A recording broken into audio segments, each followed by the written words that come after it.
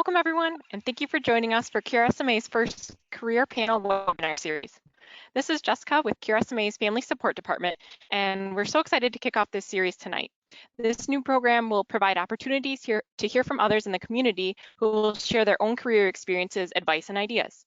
We are so grateful to our presenting sponsor, Biogen, for supporting this series and allowing us to share this with the community. We appreciate all the questions that we've received in advance of this webinar, and we'll try to answer as many of these as we can throughout this next hour. You are also able to submit questions throughout the webinar using the questions box, which you can find located in your GoToWebinar toolbar.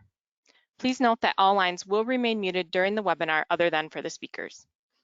And if you have any additional questions after tonight's panel, you can always contact the CureSMA Family Support Team at familysupport@curesma.org. And now I'm very excited to welcome our panelists, Kevin Schaefer, Brynne Willis, Spencer Cook, and Carolyn Barrett. Each panelist will provide a brief introduction and overview, and then we'll move on to questions and answers where the panelists can share their experiences and answer your questions. So Carolyn, we'd like to have you get us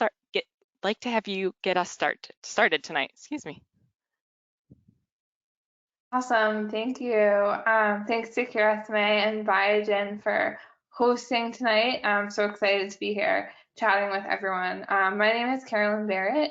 I'm 27. I was diagnosed with type 2 SMA at around 15 months old. I use a power wheelchair for mobility. I drive an adapted minivan, and I'm almost always accompanied by my black lab service dog named Shadow. Currently, I live independently with the help of a team of 7 to 10 personal care assistants, and I work full-time in Boston while pursuing graduate school part-time. So what do? I work for a university in Boston in their public relations and marketing communications department, and I primarily do strategic communications, writing, and social media for their College of Education and Human Development. So I work with professors and students and staff members to kind of share day-to-day life at the university, as well as to help publicize their research to local and national media organizations. Prior to that, I was kind of figuring out what I wanted to do after college. I graduated with my bachelor's degree in political science, and I knew I didn't want to go into politics, but I didn't really know much else. So I was contemplating law school, so I worked at a legal nonprofit for a couple of years as a program coordinator, coordinating and curating professional development for the legal community in Boston. And I realized I didn't want to be an attorney, but I won't go too far down that road because we have an attorney on this panel, so I'll let her cover that. But so after I kind of figured that stuff out, I really realized that I loved marketing and branding and talking to people and sharing ideas and kind of convincing people of ideas, and that really public relations and the idea of kind of changing people's mindsets was really a direction I wanted to go in. So I ended up looking for a couple positions in that realm and ended up at a university in Boston doing communications and have kind of rose through the ranks there, and now I'm a communications specialist and also pursuing my master's in public relations at the same time. So it's been really interesting to get to apply everything I learned at grad school at night to my work during the day. So that's a little bit about what I do. And now I'll turn it over to Kevin so we can hear about what he does. Thanks, Carolyn. Yeah, my name is Kevin Schaefer from Cary, North Carolina. I also have SMA type 2 and I'm 27. I live here with my parents and I have a primary caregiver who comes throughout the week. So I work for a company called BioNews, which is a digital media publisher that focuses on a wide range of rare diseases. So if you've ever heard of sites like SMA News Today, we own that site and many others for a number of rare diseases. And I started out a few years ago writing for the SMA site, And a little bit about my background. So I knew I wanted to write. I was an English major in college and worked as a student journalist. But I didn't really know exactly what I wanted to do. And the way I got plugged in with BioNews was I was looking for SMA bloggers, and because while I was in college, working at the student newspaper, I was primarily writing arts and entertainment pieces, but I also would occasionally write a column about my disability, and those always did really well, and I enjoyed writing them. So I was kind of looking for opportunities like that, and that's how I stumbled across SMA News Today. This was just a few months after I graduated college, and at that time, there was only one other columnist there. I connected with her on Twitter, and she kind of helped me connect with the editors there. So I was just writing for them and doing freelance for a little while. And then the way I got into a full-time job was I started pitching a podcast idea to my bosses at BioNews for the SMA site.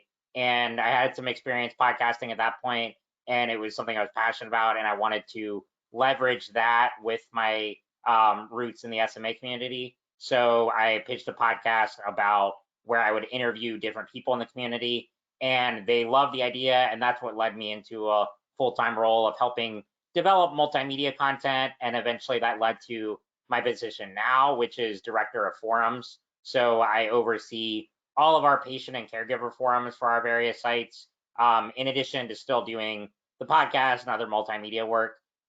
So I love the job. It's fully remote, so it gives me a lot of flexibility, and it allows me to combine a lot of my passions, both disability advocacy, multimedia, writing, all of these things. And then outside work, I still do a lot of writing as well. So I co-wrote a graphic novel, which a friend and I are pitching around, and then done some other comics work. So I'm very active in the North Carolina Comic-Con community, as you can see from my room here. So those are all a little bit of my interests. But yeah, I'm really happy to be here, and I want to thank QRSMA for putting this panel together. And with that, I will pass it on to Spencer.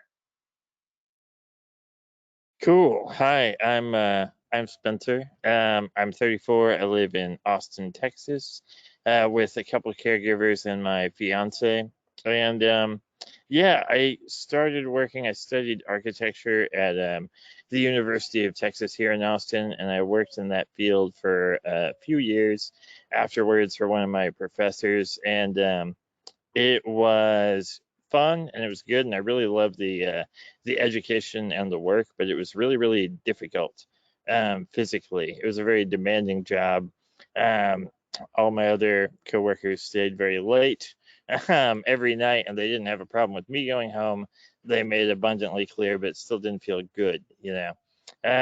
And so I started thinking about what other careers I could possibly get into, and luckily a friend of mine had a wood shop and a furniture design company that had been doing pretty well. He went to school with me. And so I quit the architecture firm and started working for him. And I was the lead designer there and kind of the business manager for about 5 years. And then more recently, I got into accessibility consulting. And so it's a state license that I have. And you have to have a certain amount of architectural experience and that sort of thing. But basically, I make sure that new construction is ADA compliant. And I inspect buildings. I go on site quite a bit. And I've rigged up a bunch of tools to make that easier. Sometimes I have an assistant, sometimes I don't. But basically, it's tape measure, notepad, phone, camera, that sort of thing.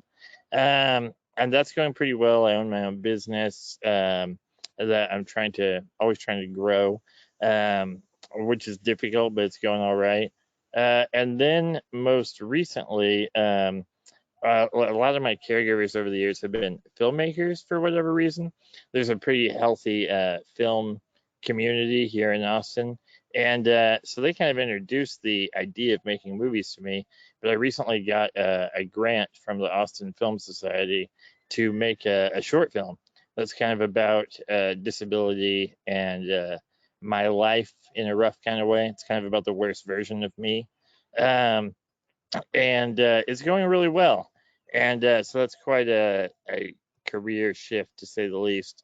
But if I'm done with it and somebody wants to hire me to be a director, I will definitely do that forever because it's a lot more fun.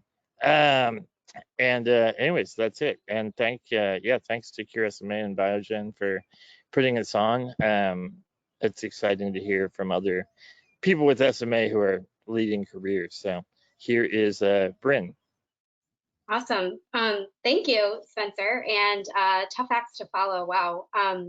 Thanks again to QSMA and Biogen for hosting this. I think this is a really important seminar to just, to have and share with other people who are kind of budding in their careers.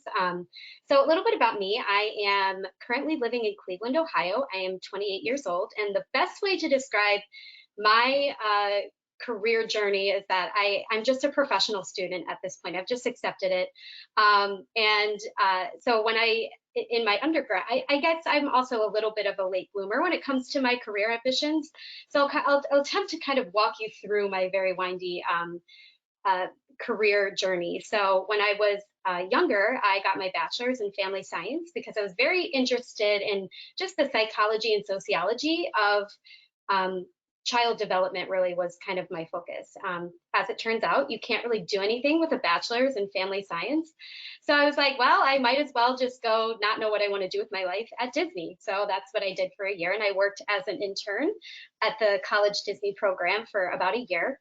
And then I came back and I had a lot of odd jobs here and there. One was a credentialing coordinator at a therapy company, and then a social media manager for a luxury real estate firm.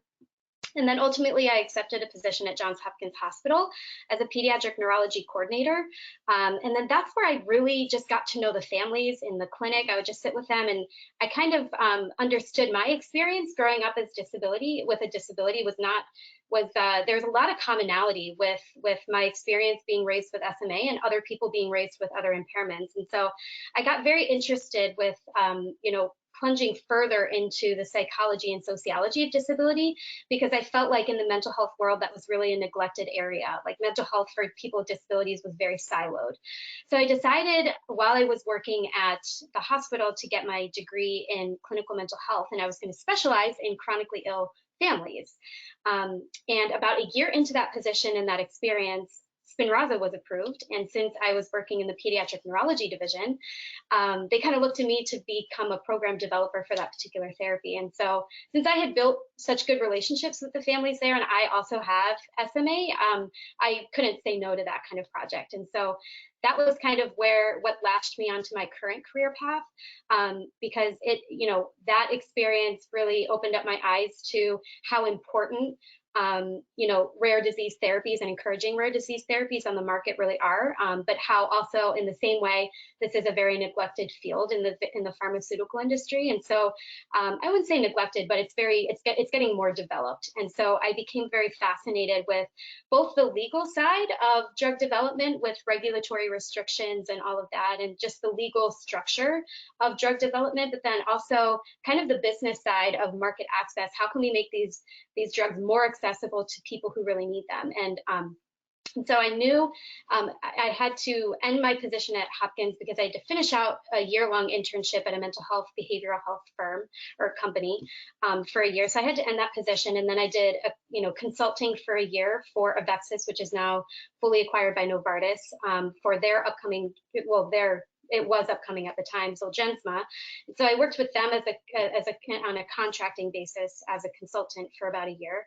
And then that kind of just put the nail in the head that I really wanted to, switch careers more actively. But again, I wrote pros and cons, and I really just didn't know if it was the business or the law. So I said, you know what, life is short. Let's just do both at the same time. So I just did, I applied to all of the, as many JD MBA programs that specialized in the healthcare industry, because I felt like that was going to give me the best knowledge base for me to really enter this field strongly. So that's kind of where I am right now. I'm a second-year student at Case Western Reserve, and I am about halfway through my program.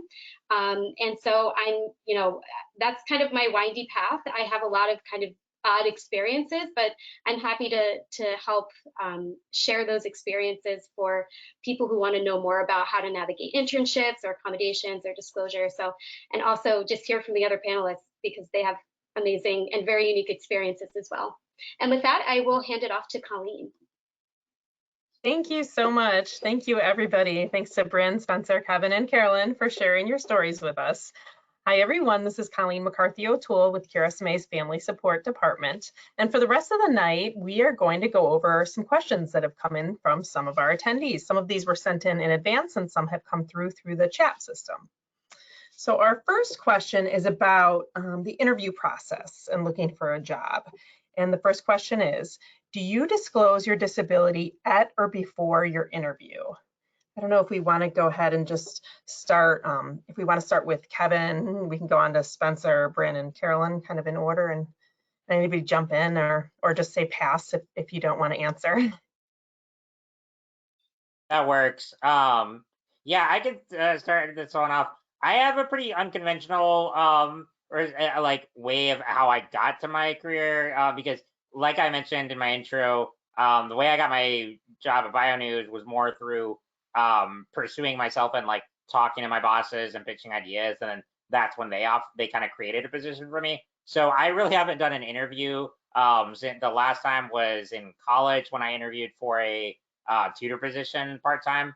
So I don't have a ton of experience in this, but I can say that I would be probably upfront about disclosing my disability, especially because, well, if I were to look for another job in the future, I mean, it's kind of hard to avoid because everything on my resume points to my disability. So I'm very open about it, and I want employers to be cognizant of that. So for me, I would definitely disclose it. But Spencer, do you have any experiences in the interview process?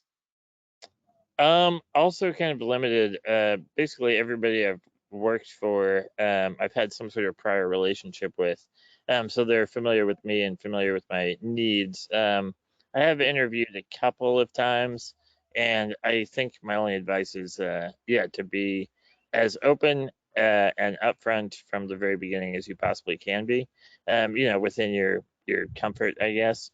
Because if the place has a problem, or if they're apprehensive about your disability, it's probably not going to be a great place to work for you. So I'd say just be as open as possible.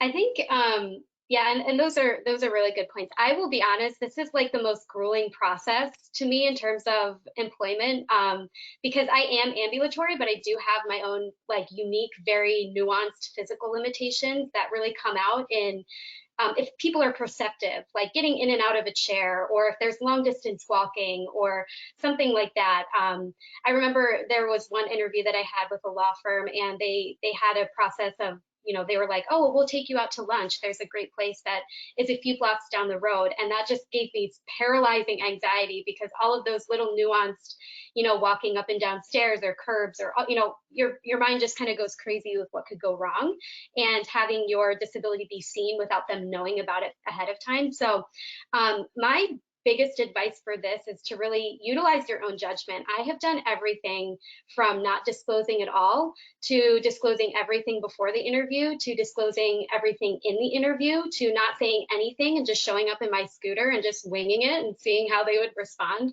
And so I will say that I have gotten a variety of responses from from all of those experiences. Some went really well, some went really bad, but there wasn't one process that really worked. I think the goal is to make sure that if you feel like not disclosing your disability in an interview is going to overshadow your ability to really show your true self and what you have to offer, then I would say disclosure is something that probably should happen beforehand. I think that also learning not to be afraid of disclosure. Disability is, people with disabilities have so much more to offer, I've learned, than people without disabilities. And it's really just all how you spin it. If you have a lot of caregivers, you can say, I've really been able to utilize my time management skills. So learning how to really mask the disclosure and making sure it's not so negative, I think is also something I've kind of learned throughout the process. Thanks, Brynne. That's I always love hearing Brynne's perspective because it's so vastly different from mine. You know, being someone in a power wheelchair, it's not really something you can hide. So before I get into that, so I'm kind of the opposite. I don't disclose in the first you know, phone interview or the Zoom interview. My thoughts are, it's none of the employer's business. I'm not applying for any type of role that requires anything I can't do. You know, the essential, I think of kind of, okay, you're required to perform the essential functions of the job. And so what is that? Well, that's typing. I can do that. That's writing. I can do that. That's talking on the phone. I can do that. And so I know I can perform the essential functions of the job. You know, a lot of job descriptions will say, you know, must be able to lift 15 pounds or something. But for any of those office jobs, I think they just put that in there, but it's not usually super relevant. So ignoring that, I know I can do any of the positions that I'm applying for. And early on in my career search, right when I was right out of college, I did say at the end of a phone interview, oh, you know, just checking, do you guys have an elevator? You know, I do use a wheelchair. Just want to like look and like make sure we're all set there. I said that at the end of the phone interview. The woman clearly had liked me during the phone interview. She had said that several different times. And after I asked that question, you know, she said, oh, she got very clammed up. She was like, I'm not sure. You know, let me talk to my boss and get you that information, and I'll get back to you. And I followed up, never heard from them again. And that was enough for me to not ever go through that again. And obviously, you know, they probably wouldn't have been a great place to work in hindsight, but I didn't enjoy the experience. And so going from that, I kind of felt like during a phone interview, it's none of their business. But obviously, once I show up for an in-person interview, here I am, power wheelchair, service dog. You know, what you see is what you get. And I look at it kind of as, I'm not going to tell you in the phone interview because I don't want to lose the opportunity to show you in person that it's not a big deal. Because in the phone interview, you don't know me, I don't know you. You can get all in your head that me being in a wheelchair is a thing and it's a big deal. And the truth is, it's not. But we all have inherent biases. So I look at that as, let me get in front of you and let me show you that it's not a big deal and that I'm really relaxed about it, and that, you know, that it's fine. Of course, that does not always work to plan. I'll tell a quick story that when I was interviewing for my current position, I got up to the second floor. And, you know, it was at a university. I was like, oh, this will be fine. Get up to the second floor, and it's in this old building. And there's one of those, like, horizontal lifts you have to get into. So I'm like, okay, not a big deal. We'll get in the lift. The dog hits the button. We get inside. All good. Well, it turns out you have to manually open the door when you get to the top. And there's this, like, flat handle that the dog cannot do. So now I'm stuck in the lift like 4 minutes before my interview. And I run through a couple different ideas in my head. I had a friend in an MBA program like at the university, texted her, she was unavailable, she was in class. I was like, all right, well, all I can do is call the person I'm interviewing and explain the situation. And I was like, there's no way I'm going to get this job. So I called Jonathan, my former boss, and I was like, yeah, so like I'm stuck in the wheelchair lift that's down the hall from your office. I'm here. Can you come let me out? And he was very confused, obviously, like anyone would be. But it ended up working out in my favor because I was calm, cool, and collected. No big deal. This happens all the time. Nothing to worry about. And he was a nervous wreck, which turns out was his personality. But But what I was able to show them is it's not a big deal. Things happen. I do things a little differently, but I handle anything that comes up and it works out totally fine. So that's my personal thing, is I'm not comfortable disclosing. I don't, that's kind of how I am. I want to let you get in front of me and see me. But I think, as everyone kind of said, you have to figure out what's going to empower you the most. And if you're going to feel the most empowered, the most prepared for your interview, whether it be phone, Zoom, in person, by laying all your cards on the table, then do that. I feel most empowered when I retain some of the secrets myself. So. Great feedback, everyone. Thank you. I love that story, Carolyn. That was great. Next question we have is, do you try to get jobs that allow work from home or remote working, or does it matter to you if you have to go into an office every day? I don't know if we want to go ahead and start again, just Kevin, and go from there. Sure. Yeah, so for my entire career post-college, I've always worked remotely. And it was something I like, honestly, I was hesitant about at first because I am very extroverted and I like being around people. But I quickly noticed the advantages of it. Obviously there's flexibility. I like being able to, work around my caregiver schedule and be, he can come at a certain time in the morning.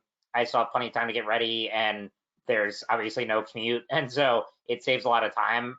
So in an ideal where, I mean, for my company, our office is based in Florida, so and a handful of people work there in person, but for the most part, we're all remote and we're spread out literally all over the globe.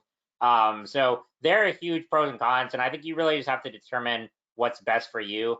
Like I said, in college, I worked for the student newspaper, so I was always going into the office there that was right on campus, and I enjoyed that a lot. But it does save kind of a lot of time and energy working remotely. So probably in an ideal space, if I were like, let's say if I were close to our office, I would like to go in, a couple days a week and then do the rest at home. But yeah, I mean, it's something you get used to after a while. And obviously COVID has impacted a lot, because a lot of my socialization that I would do outside of work that would be in person, obviously that hasn't happened in a while. So that's been a little challenging doing everything virtually. But once things get back to normal, I would kind of have a routine where work during the day, but then at night I could go outside or go to Barnes & Noble, meet up with friends, whatever. So having that balance really helped. But for me, there are huge benefits to working remotely. And I probably will be doing it for a lot of my career, between writing and the work I do now and whatever I do in the future. So there are huge benefits, but it's ultimately, you just kind of have to determine what works best for you. Yeah, I've done both. Right now I'm working from home, and before COVID hit, we have a really nice public library here in Austin. It's really big, and it's sort of set up like a co-working space. And so I was working there just to get out of the house, because I was working for myself and I didn't necessarily have to work anywhere. But yeah, that was nice. Home is a bit cramped, but I do think it works a little bit better for me. Just the retaining the time that I would spend like commuting and that sort of thing is really nice. It's nice for everybody, but especially for me, when my sort of like morning routine takes probably a bit longer than other people's. And yeah, for me, the working in an office and working from home, it's just mostly about flexibility.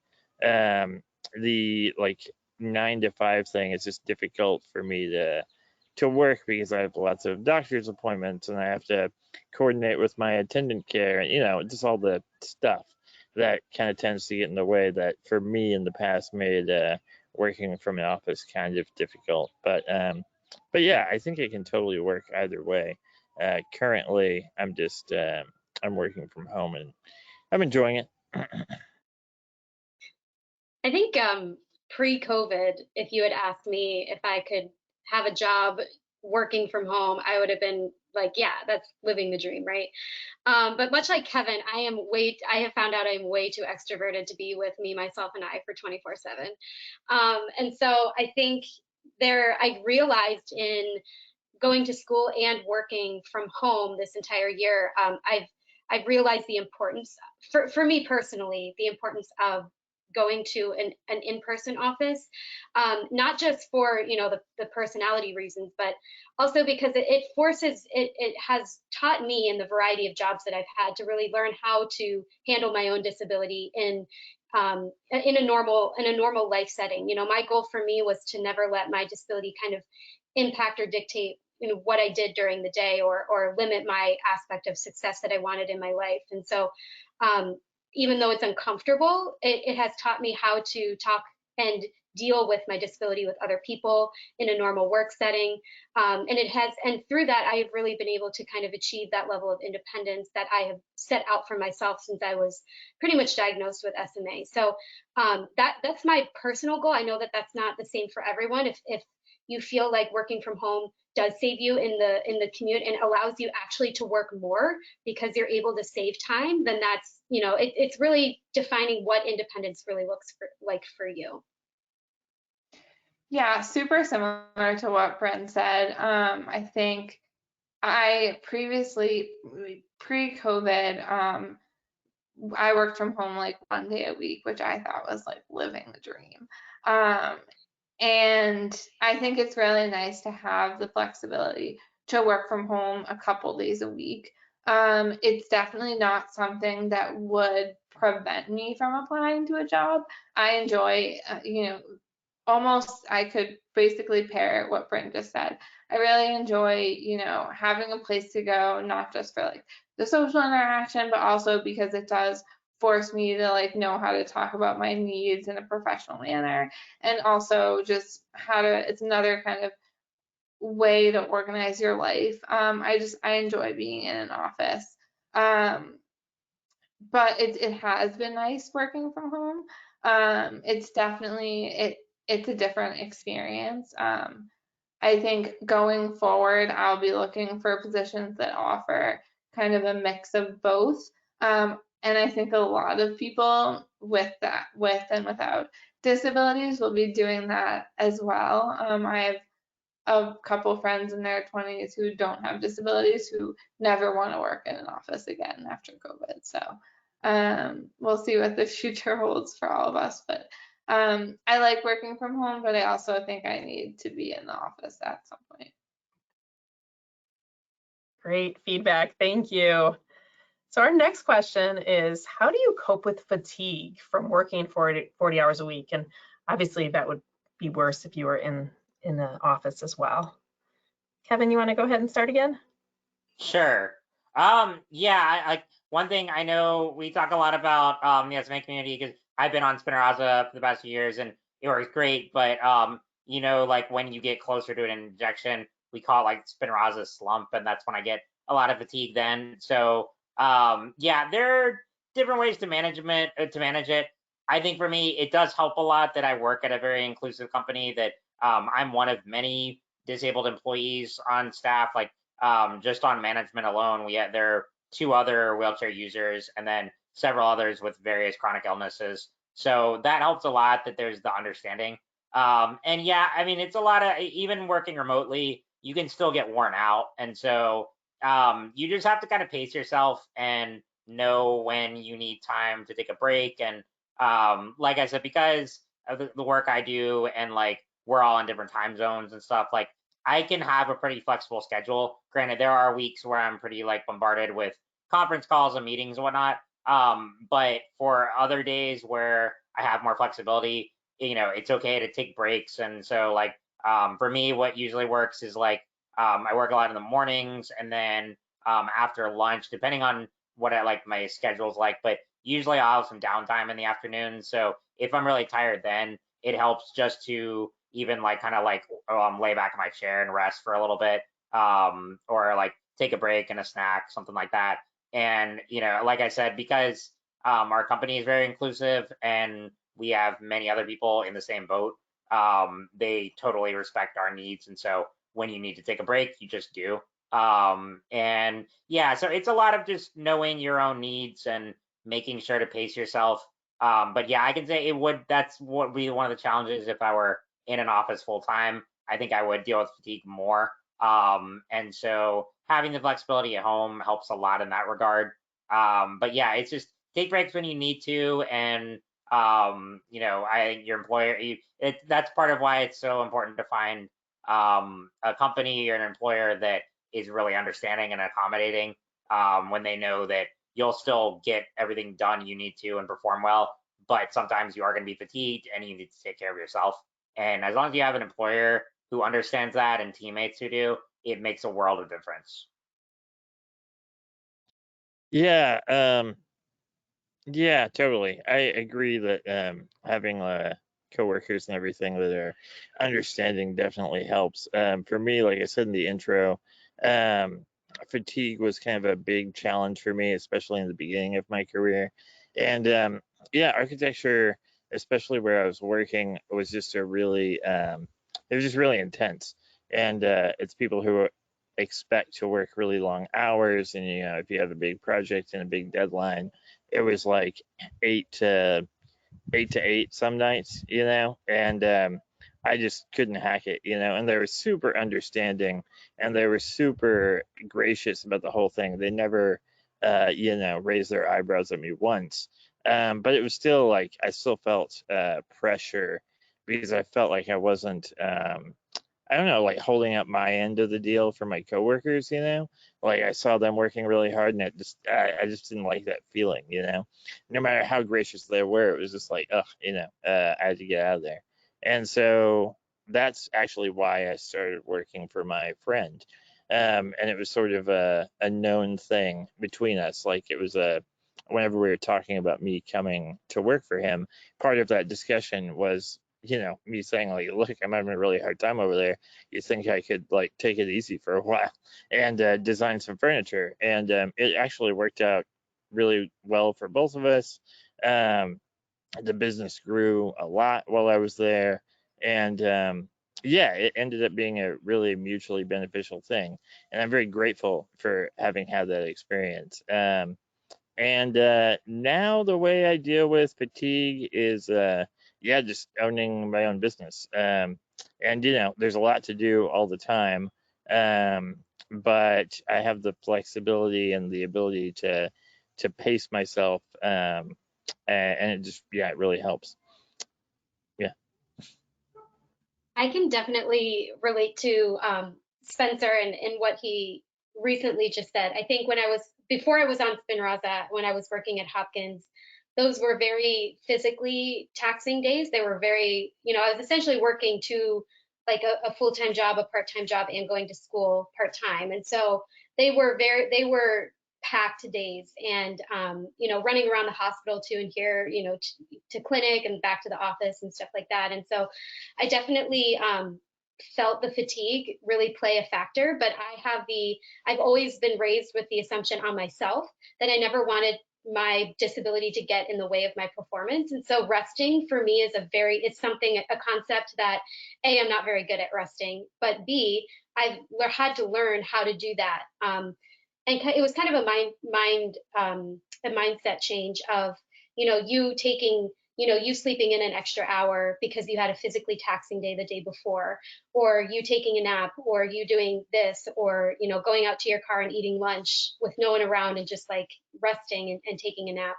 All of those things are not it's not your disability limiting you. It's actually helping your performance by resting your body to make sure it's something that it can be to the fullest potential. And so, that was something that was very difficult for me to kind of get around. And I think when I was working at Hopkins, that was a learning that I kind of acquired. I would say after I was on Spinraza, I went to law school. And so the fatigue was definitely less, but I think a lot of the mental stress of going through your first year of law school kind of triggered. So I was like mentally exhausted because you were like run on very little sleep, and then you have the physical exhaustion on top of that. And so that was, again, where I had to kind of really develop, a system.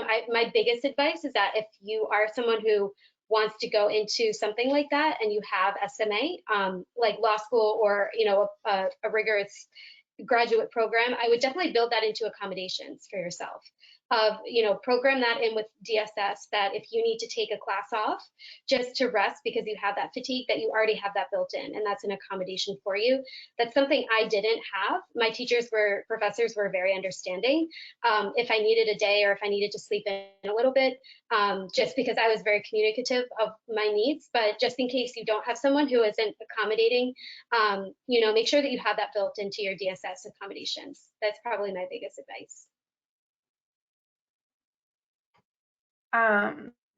This is all just like so interesting to hear how everyone manages their day. I've never been someone who's struggled a lot with fatigue, so I'm a little different in that sense. But when I was working for the nonprofit, the legal nonprofit, my first year out of school, one of the best parts of the experience was that the staff was mostly young women in their 20s.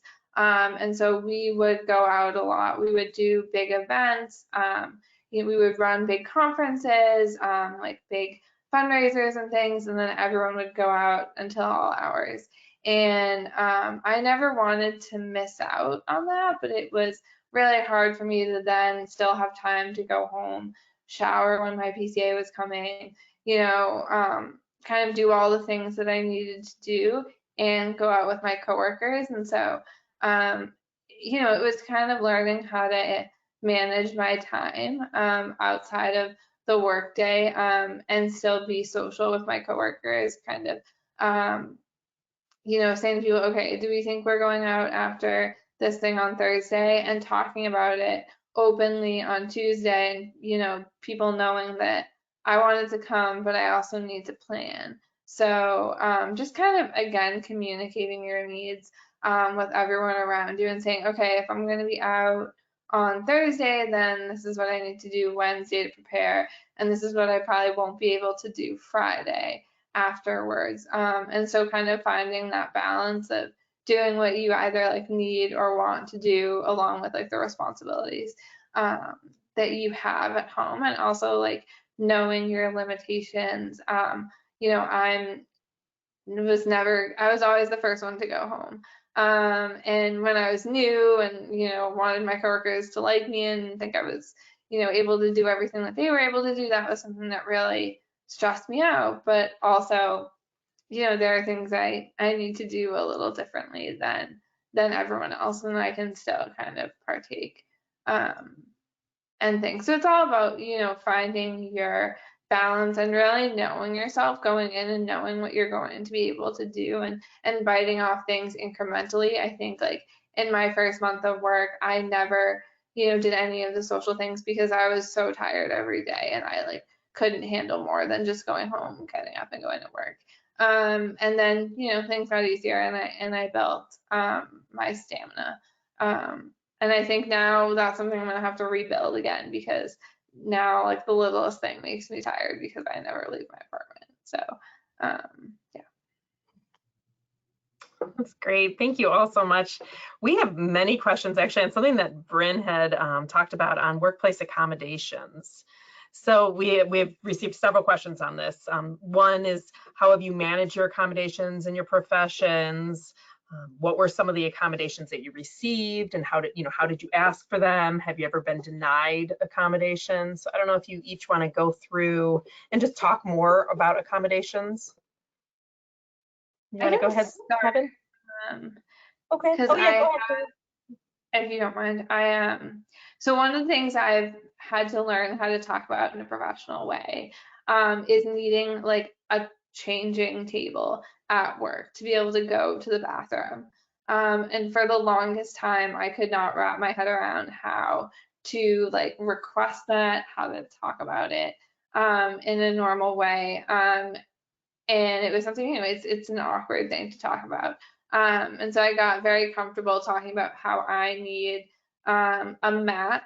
I use a portable massage table that we order off of Amazon. Both of my long-term employers have purchased it. So, I write it out as I need a mat.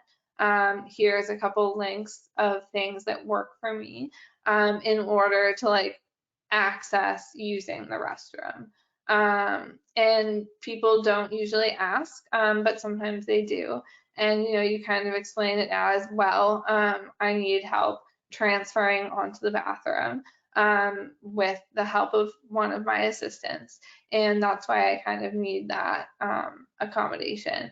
And then people are very, very understanding. When I moved to my current job at the university, they have this weird decentralized procurement process. So it became something me and my boss had to work out together, ordering on Amazon, which was awkward, mostly because he was an awkward person.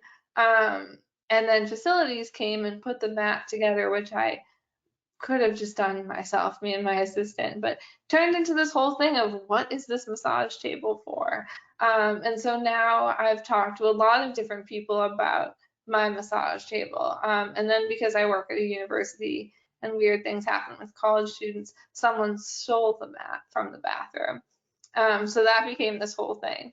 So I've talked to a lot of people about my bathroom mat. But I also have, different accommodations of my personal care assistants having keys to the building so they can come in and get me, and just kind of outlining very clearly, very matter-of-factly what your needs are, I think, is one of the biggest things I learned, is that if you're very matter-of-fact about what you need, you're very confident in that you're entitled to it, which anything that helps you do your job, you're typically entitled to. I'm not a lawyer, so I don't take that as gospel, but if you're very comfortable and matter of fact about it, people kind of fall in line. And it gets a lot easier to request those things through HR or, through, whatever type of disability services offices there are. I don't usually talk about it with my supervisor until I've gone through HR first, because it's not really their business. That's an HR thing, and so they'll handle it first, and then it just becomes kind of a matter of fact. But I don't know if anyone else has anything to talk about. Yeah, I mean, working remotely, obviously I don't have really many like physical accommodations I have to get, like what Carolyn was talking about. But I think with me and a lot of other people at BioNews, we have a lot of appointments, like Spencer brought up earlier. So like for me, I have aquatic therapy every Friday, and I mean, our CEO has always been super supportive of that. Like I said, there are multiple people on staff, and then a ton of freelancers who all have various disabilities and chronic conditions, and so they're extremely accommodating with that. And then I mean, my direct supervisor has SMA too, so obviously we understand each other. And the nice thing too is, like with technology today, if I am like away from home or like at an appointment or whatever, I can still answer messages on my phone, on Slack, or take calls in the car. So I can do that if need be, and that's really simple too. And then I mean, I'm pretty capable of doing everything else. Like sometimes it takes me more time because like I can't type on a regular keyboard. I use an on-screen one. So often it's more time consuming if I'm writing a report or something like that. But it's never got in the way of my productivity or my ability to accomplish things. And yeah, I mean, my boss and everyone at BioNews are super supportive. So I've never run into an issue there, fortunately. But that's really, I mean, my advice in that situation would just be transparent about, saying like, okay, these are the things like I can do, and these are things I just like need help with, or I may need more time. It's just like growing up in school when you get testing accommodations, that kind of thing. You just have to be proactive and ask when you need something, because I mean, your employers aren't always going to know what you need. And I mean, if they're a good employer, they're gonna meet your needs as much as they can. And so all you have to do is ask. Yeah, the one thing I want to say about accommodations is me personally, in the past, I have not wanted to burden my employer with an accommodation that was like, I could get by without this thing, whatever the thing is, I'll be fine. I can deal with it. It's no big deal. Because you don't want to ask for it. I mean, that's just me. That's been a situation that I've been in. And I have learned upon reflection that if I had asked for the thing, in this case, it was a door opener at the furniture company between the design office and the shop floor. And so I'm the guy who draws all the drawings for the fabricators to fabricate. And I had to wait for somebody to come in and out between the two rooms in order for me to go out there and deliver the drawings that they needed to work off of. And if I had asserted myself and if I had told my friend, hey, this is a good idea, it's going to be like $2,000, whatever, I have a feeling that the gains in productivity would have been much more than $2,000. Because it was just a pain. It made me sort of a little bit slower than I really needed to be, and so in thinking that I was doing my friend a favor, not asking him to buy this door opener, I was actually hurting both of us. So yeah, I say go for it. I think yeah, it is interesting to see everyone's like different perspectives, but I think they've all touched on a couple of things that I was going to say anyways. I think the first thing, like for me, accommodations is not really the biggest thing I've had to learn is that it's not a one-time thing. Sometimes we want to just like disclose and say like these are our accommodations. But it's kind of an evolving thing, and a lot of it is a learning process. You go into a situation and you're like, well, I didn't know that was going to be an obstacle or a barrier, but getting comfortable in being able to ask is really important. And so having a little bit of that flexibility is important. When I was a consultant and I was traveling quite frequently, there were situations in which there would be pre-scheduled like vans or shuttles that would be taking people, from one building to another. And I went into those situations not knowing that those were vans and shuttles that I couldn't get in and out of. And so, next time, as I was getting more comfortable with traveling and consulting, I knew what to ask in the future of, what are the types of transportation that are going to be there? Do I need to make separate accommodations for those things? Just so it didn't end up being, this kind of hullabaloo. I think for me personally, accommodation looks different for, there's no one type of SMA.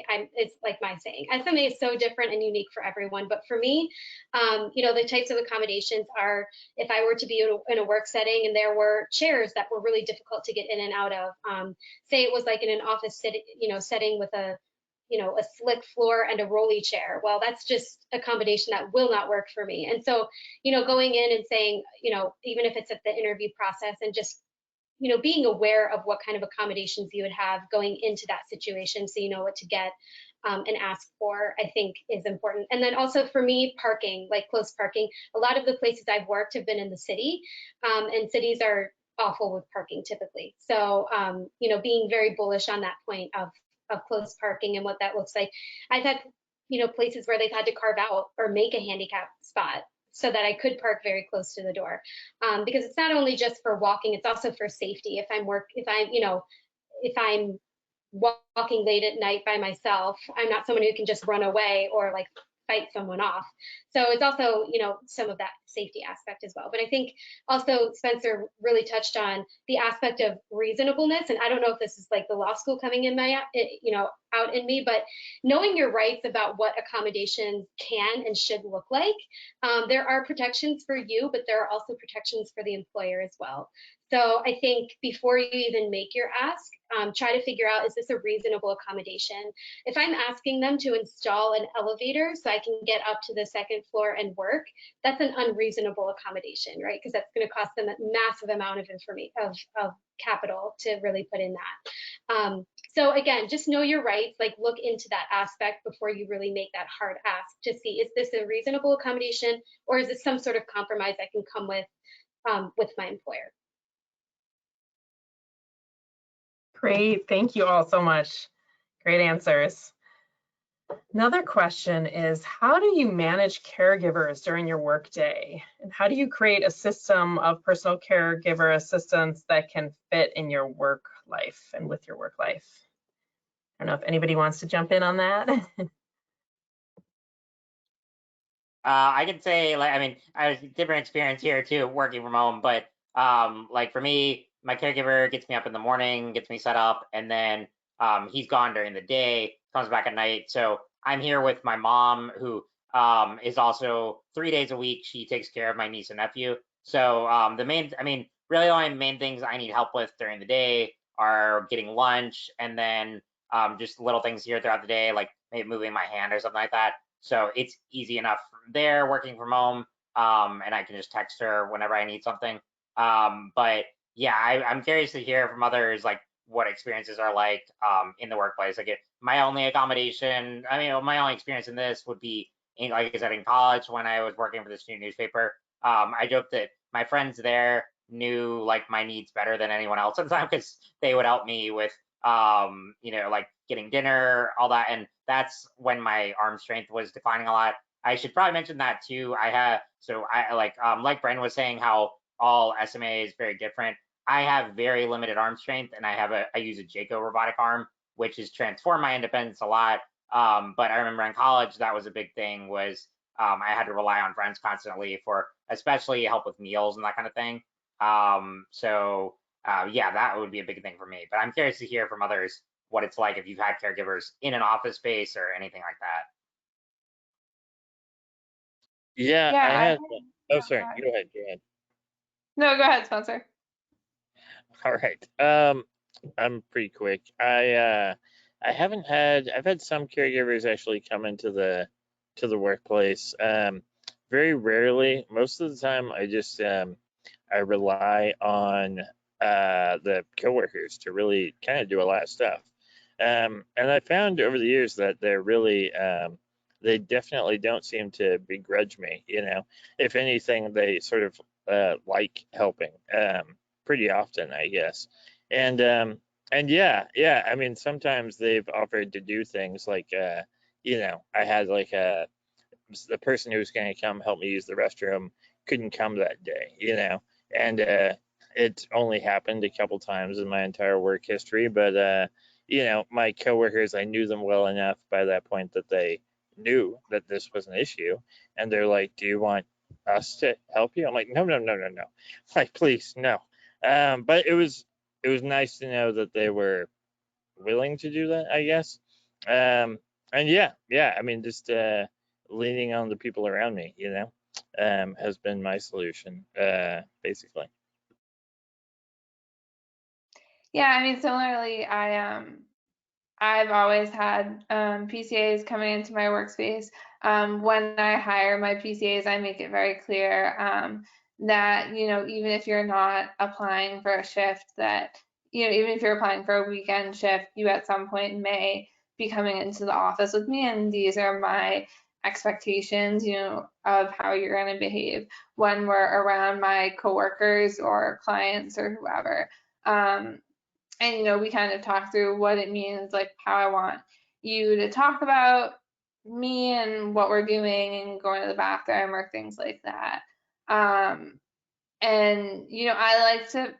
I like to have an air of independence. So I'm not usually someone who's comfortable asking my coworkers for assistance until I know them really well. So I would have someone help me in the morning, get into work, get set up for the day, and then I would have someone come at lunchtime, and I would save any like random things I needed their help with, like filing or whatever, until they got there. And they would take me to the bathroom, help me get lunch, and then someone would come at the end of the day and similarly like fix up any odds and ends that I needed help with, and go home. And certainly, like, as I got more comfortable with my coworkers, like, I would just ask people for help. And once I know people really well, I'll ask them for help with anything. But I do like make it very clear to my PCAs that, I am a professional and this is how we're going to act at work. And, this is how you should talk about things, especially like transitioning to a new job. I kind of sat everyone down because most of my PCAs had been with me while I had been really comfortable at my previous position. So I kind of sat everyone down and said, hey, like, we're going into a new sphere. Like, these are just the things to be aware of, like I'll be a little on edge, things like that. But yeah, I'm happy to connect with anyone offline who wants to chat more about caregivers in the workspace. Great. Thank you so much. That was great, you guys. One final question I actually want to ask you. On today's panel, we have so many teenagers listening in right now, and so many college students and so many parents of teenagers and college students. I wanted to ask each one of you, because I know you're all going to have your own feedback on this, but any advice to any of them, whether it be the teenagers or the college students and the parents as well? Whoever wants to jump in first. That's a loaded question, Colleen. I know. I would just say to be open to trying things, and like don't be intimidated if there's something you want to do, and either you're not sure, like either it's like, you know, if it's only career oriented and you're like, well, I don't know if I want this to be my career, I don't know if I want to do this forever. If you're interested in it right now, just like give it a try and see what happens. I think we've all had fairly like circuitous paths to where we are now, and we're all fairly young, so you know, give it a try. And if you're, you know, looking to take a job, but you're not sure how it's going to pan out because of your SMA, and you're not sure if you're going to be able to handle it, just give it a try. You know, if it doesn't work out, it doesn't work out, and you'll figure out what your next step is. But don't, you know, sit and be worried about the what ifs. Just give it a try, and something will pan out and it'll be okay. You can always get a different job, just a job. I definitely think that's great advice. And just building off of that, there's no easy roadmap to life with SMA or life in general. You have to just kind of like figure it out as you go along. And yeah, I mean, similar to what Ken was saying, you know, like growing up, I did theater, I did journalism in college. Like I did a lot of things that led to what I'm doing now. And a lot of that is just through trial and, you know, figuring out what you're good at, what you enjoy. And a lot of time, even with all of the, I mean, we've come a long way, I think, in terms of disability accommodations in the workplace, but there's still ways to go. I mean, there's still, you know, numerous, particularly in the realm of financial, you know, I'd say oppression there. I mean, like, it's hard, you know, trying to maintain full-time job and retain disability benefits. That's still an ongoing issue. But even then, we've come a long way. We're still making progress in that area. So I would say don't worry so much about all of those things. Do what you're passionate about, and you'll find doors that will open up. And for me, just connecting with other SMA people has been a huge part of my journey. You know, when I was at when I was most just like confused and trying to figure out what I want to do next, and particularly before I had caregivers, it was through reaching out to older people with SMA that really helped me there. So that, you know, is always a good step. But yeah, I mean, I got my job just through, like I said, in an unconventional way, but just by being proactive and pitching ideas, making connections. That's ultimately is what led to what I'm doing now. So I would just say, yeah, don't be afraid of all the things that could go wrong or that you think are impossible. Just see what's out there. You never know what could come of it. So just, you know, do what you're passionate about. Yeah, those are two things that I was definitely going to emphasize. So I'll piggyback off of that for sure. But my biggest advice would be, you know, if you are a teenager or a parent of a teenager, you know, the biggest regret that I had growing up is that I definitely looked at my life and my career options through the lens of my SMA. And I think that there's a fine balance, right, of taking into consideration. But my biggest advice is to not limit yourself and your passions and your interests based off of what could be because of your SMA, or the type of person you could be in 10 years with your SMA, or if you don't know if you could really, you know, do that job efficiently. I'm a firm believer that if there's enough grit, if there's enough will, that you'll be able to do anything that you really want to do in this life. And I wish that I had that kind of message. And to piggyback off of what Kevin said, I think if that's a matter of just like finding a mentor who has SMA, who is in the career that you want to be in 10 years, search for that person, contact Cure SMA and say, you know, this is what I want to do. Do you know of anybody who has SMA who's doing this job? Just so you can talk to them. A little bit of what Carolyn said, if you have an interest, shadow, or ask to do an informational interview find people on LinkedIn is a great resource. I've done so many informational interviews with random people that I don't know. I just sent them an email and I was like, hey, you have a job that is interesting to me. Can I just talk to you about it? And so, be bullish on that point. But my biggest advice is to don't let your disability limit what you want to do in life. And I know that that's a very cliche thing, but if I had really taken that to heart and really believed that, I think I would have gotten to where I was a little bit sooner. Yeah, I totally agree with all of that for sure. And one thing that I don't think anybody has really mentioned, we sort of talked about it earlier, is thinking about your disability as an asset also, and sort of like trying to figure out what careers, and instead of like a negative limitation, it's like a positive, facility that you have with you all the time. You're used to managing people, you're used to keeping things organized, you're used to pretty high pressure situations fairly often. And I just think that that kind of thing is good to keep in mind as well.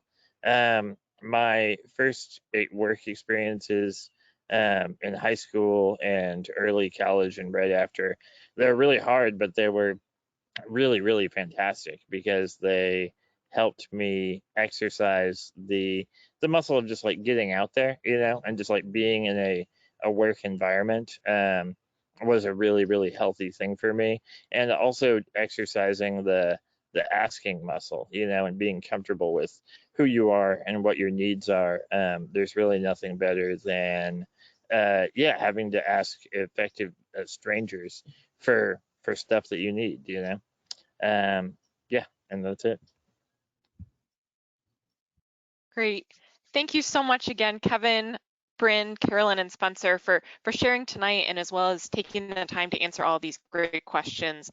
We just really appreciate having the four of you kicking this program off tonight. So thank you all again so much. And thank you to everyone for joining us this evening. You will be receiving a follow-up email with the survey link, and we would appreciate any feedback that you have to share. And we also invite you to register for our other upcoming career panel series. The next one is on April 20th, and then I have another one on May 18th. So head to the CareSMA website for more information on how to register. And again, we are so thankful for the incredible support from our presenting sponsor, Biogen, for making the career panel webinar series possible. And if there's anything that we can do for you or any additional questions we can help answer, please email us at familysupport@caresma.org. Thank you so much and have a great night, everyone.